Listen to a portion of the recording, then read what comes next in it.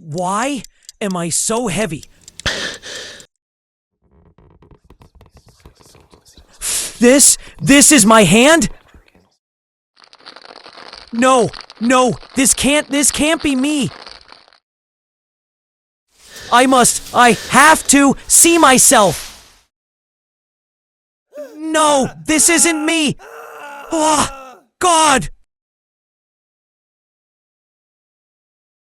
Pure evil.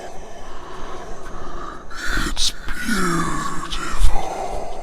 Hello, dear friends. Today, we are going to share with you both the psychological insights and a summary of the timeless novel Metamorphosis by Franz Kafka. Originally written in German, Kafka completed the work in 1912, and it was finally published in 1915.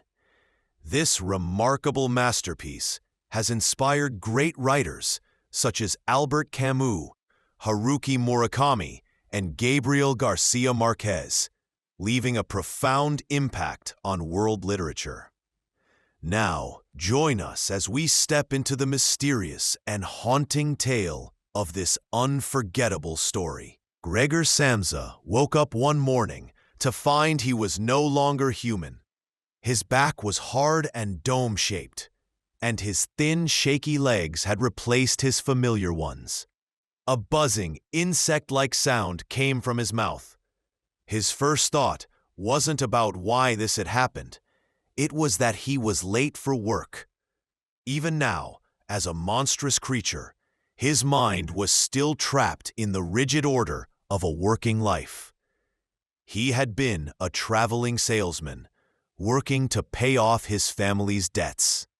A dependent family, a lazy elderly father, a fragile mother, and young Great, still discovering life. Even now, transformed into a terrifying insect, his mind worried constantly about them, the clients, his boss, the future of the family. His attempts to move from the bed to the floor were painful and clumsy.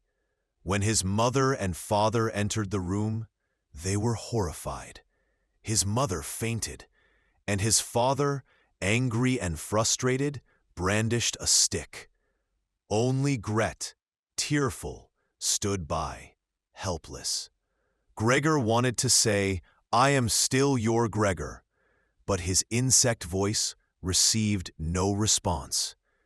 Days passed, and his family confined him to his room.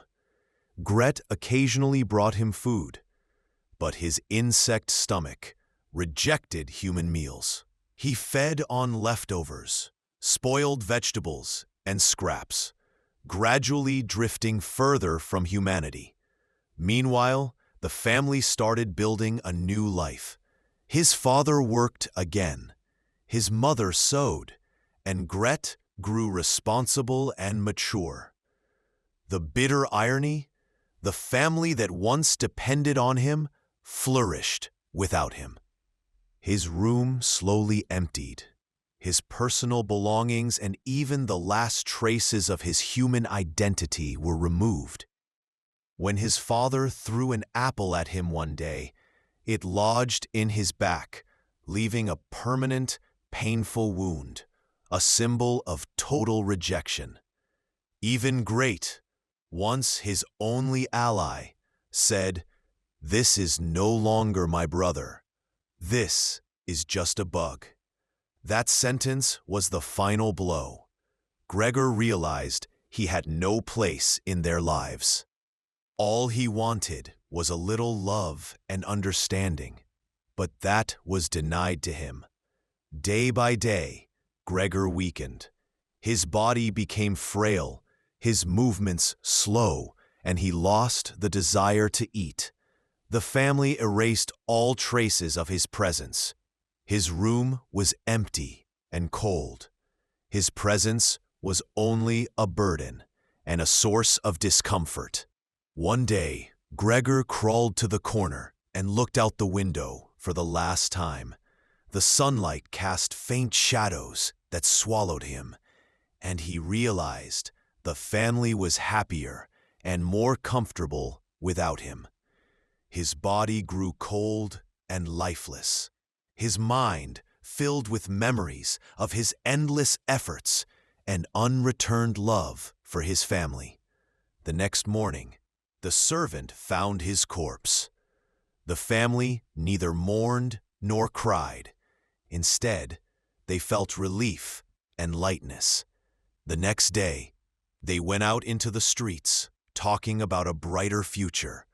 And Greta appeared grown up, confident, and decisive. Gregor, who had devoted his life to them, had brought them peace simply by no longer being there. Gregor's death marked not just the end of a life, but the beginning of a new chapter for the family. The grief and sorrow that once dominated them were replaced with hope, plans, and a fresh start. In the dark corner of his room, Gregor closed his eyes for the last time, knowing that his final efforts had not been in vain. Messages of the book. 1. A person can feel isolated and rejected without a social role. 2. Life's pressures and responsibilities can deeply affect one's identity and spirit. 3. Love and care can easily be replaced by selfishness. Kafka tells us, a person's existence is valued only when they are useful. When they are no longer useful, even love and attention disappear.